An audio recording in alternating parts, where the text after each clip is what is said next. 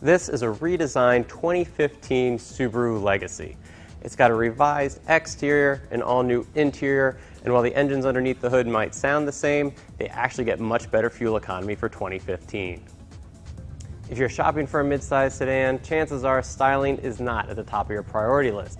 However, the redesigned Legacy, it's not bad looking, even if it's a bit generic. Now, there's a couple sedans in this class, like the Mazda 6, Ford Fusion, where styling's pretty daring.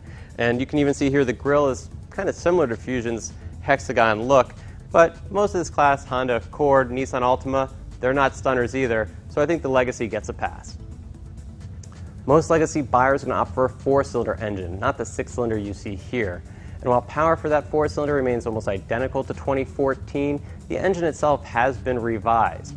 Why? To get better fuel economy. The 2014 4-cylinder had 27 miles per gallon combined, 2015 has 30 miles per gallon combined.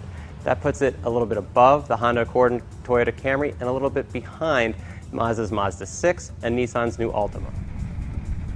There is a more powerful 6-cylinder boxer engine, but it's only available in the top trim level. And while there is more power, you don't really feel it that much around town. It certainly doesn't feel as powerful as the Honda Accord's optional V6 or the new Chrysler 200s, which also has all-wheel drive in that top trim level. No matter which engine you go with, the Legacy comes with standard all-wheel drive. One common complaint with all-wheel drive cars, and Subarus in particular, is just how loud they are on the road. And the 2015 Legacy's definitely improved on that. In terms of road noise and engine noise, the Legacy's much quieter inside. There is still a bit of wind noise though, especially on the driver's side window. I don't know if that's because Subaru's glass is so thin, or maybe it's because they moved the mirror from here to here on the door. I'm not quite sure, but you definitely hear it. Another knock against the old Legacy was its interior. Some people, even some Cars.com editors, felt it wasn't up to snuff versus the competition. So the 2015 had to step it up in terms of the interior, and for the most part, it has. We're in the top limited trim here that comes with leather seats and some other nice features, but all Legacies have added padding to the doors, center armrests, so they're more comfortable for the driver and passengers. There's also improved materials on the dash, and especially the trim pieces are much improved.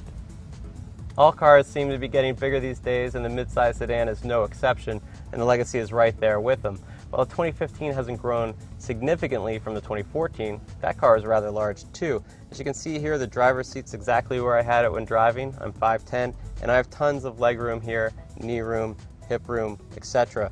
Now Subaru says the interior's grown, but I don't know about that. What they've done though is redesign things like the doors so they're almost scooped out, so it feels like you have more space than you did before. One thing Subaru has never gotten right in any car I've tested or even owned is a multimedia system. And now with this new system in the 2015 Legacy, they've gone from definitely the bottom of the class to near the top.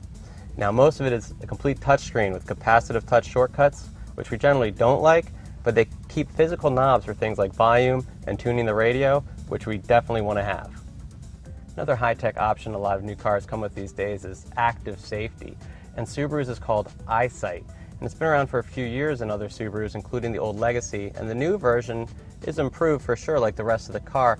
The main thing that's changed is these cameras that are mounted on the windshield or right below the windshield are smaller, much smaller, so they don't intrude as much, they don't distract you as much when driving, you have much more visibility out the front. Those allow for collision prevention, so if a car stops in front of you suddenly, it helps this car slow down so you don't run into it. But the one feature I found the most interesting, I've never seen before, is let's say you're at a stoplight and, I don't know, you're daydreaming, checking Facebook, which you shouldn't do on your phone, and the light turns green and the cars in front of you start moving. This will tell you, hey dummy, the car in front of you is moved, time to go. The new Legacy does a lot of things really well, but so does a Honda Accord or a Ford Fusion. So why would a shopper opt for this over all those other cars? Well, if you live in the Midwest, Northeast, Rocky Mountains, wake up one February morning, see a fresh sheet of snow out there, this all-wheel drive system will get you to work or school just fine. And the fact that it's priced competitively and it gets similar mileage to all those other cars with front-wheel drive, you could even buy one in LA and Miami without any reservations.